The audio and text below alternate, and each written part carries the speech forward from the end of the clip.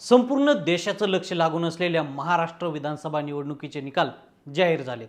राज्यात पुन्हा एकदा महायुतीचं सरकार स्थापन होणार हे आता निश्चित झाले। तर दुसरीकडे कोल्हापूर जिल्ह्यात महायुतीची स्तुनामी आल्याचं पाहायला मिळालंय।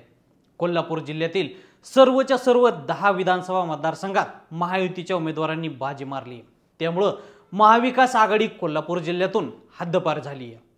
कोल्हापूर दक्षिण विधानसभा मतदारसंघातून ऋतुराज पाटील यांचा देखील पराभव झाल्याने जिल्ह्यातील राजकारणात अनेक चर्चांना उधाण आले। तर दुसरीकडे कोल्हापूर दक्षिण आणि इचलकरंजीमध्ये भाजपचे उमेदवार विजयी झालेत। इचलकरंजीमध्ये राहुल आवाडे आणि कोल्हापूर दक्षिण मधून भाजपचे उमेदवार अमल महाडिक विजयी झाले आहेत। संपूर्ण जिल्ह्यात राहुल आवाडे सर्वाधिक मतांनी विजयी झालेत। जागा वाटपादरम्यान सतेज पाटील यांनी काँग्रेसकडे विद्यमान 4 जागांसह शिरोळची जागा घेतली होती, मात्र काँग्रेसला एकाही जागेवर विजय मिळवता आला नाही।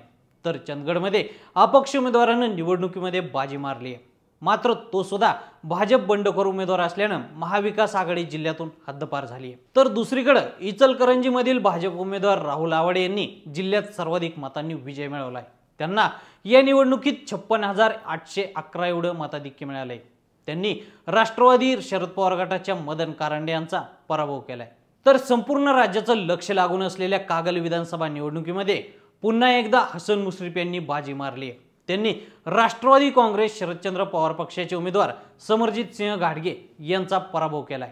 हसन मुश्रीफ यांना पराभूत करण्याचं आवाहन स्वतः शरद पवारांनी केलं होतं, मात्र कागल विधानसभा निवडणुकीमध्ये पुन्हा हसन मुश्रीफ यांनी बाजी मारली आहे। तर राधानगरी विधानसभा मतदारसंघात आमदार प्रकाश आबिटकर यांनी विजयाची हॅट्रिक केली आहे।